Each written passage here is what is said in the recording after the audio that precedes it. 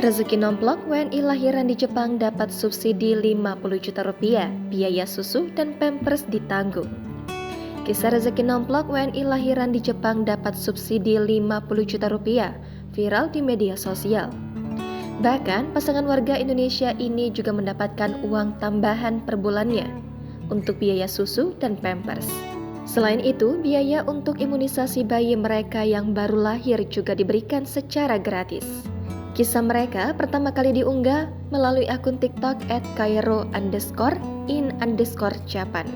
Pasangan tersebut mengunggah sebuah video kompilasi foto-foto bersama anak.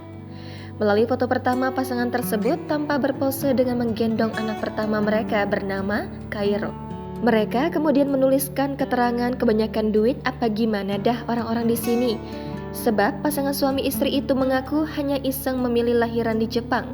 Tak disangka dari keisengan itu ternyata membawa berkah. Iseng lahiran di luar negeri, malah dapat duit mulu.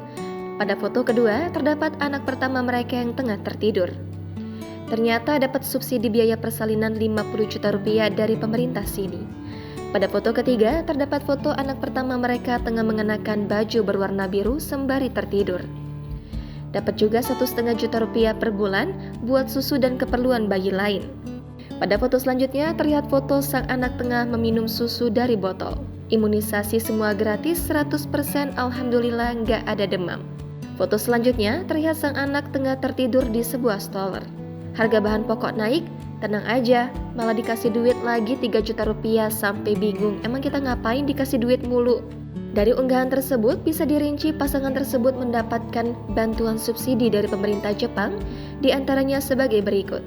Bantuan biaya persalinan 50 juta rupiah, bantuan susu dan keperluan bayi 1,5 juta rupiah per bulan, bantuan biaya bahan pokok naik 3 juta rupiah per bulan, imunisasi 100% gratis ditanggung pemerintah Jepang.